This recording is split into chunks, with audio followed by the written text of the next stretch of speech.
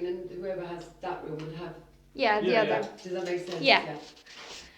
Окей, това е един апартамент, който ни показва тая мацка. Тук има някакъв килер точно до вратата, входната врата и както винаги бойлер, прахосмокачка. Така.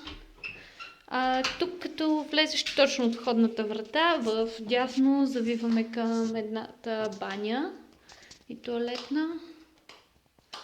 Така. Прилично изглежда.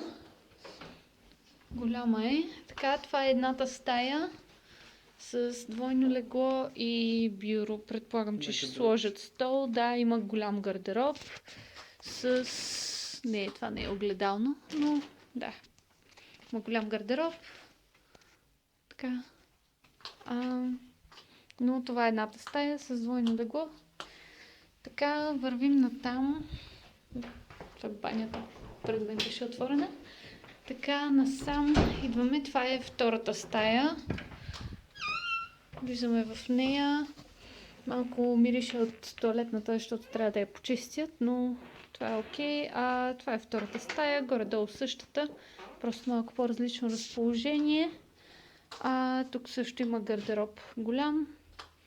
С качките. Огледално обаче. Тук в енсюта към едната стая няма вана, но е пак доста прилично. Така, отиваме към кухнята. Тя е точно срещу втората стая. Това е холчето. Don't worry. Това е холчето. Има маса за хранене. И вече кухнята, която е малко така като на завойче. Има си хладилник. И абсолютно всичко. И така. Това е.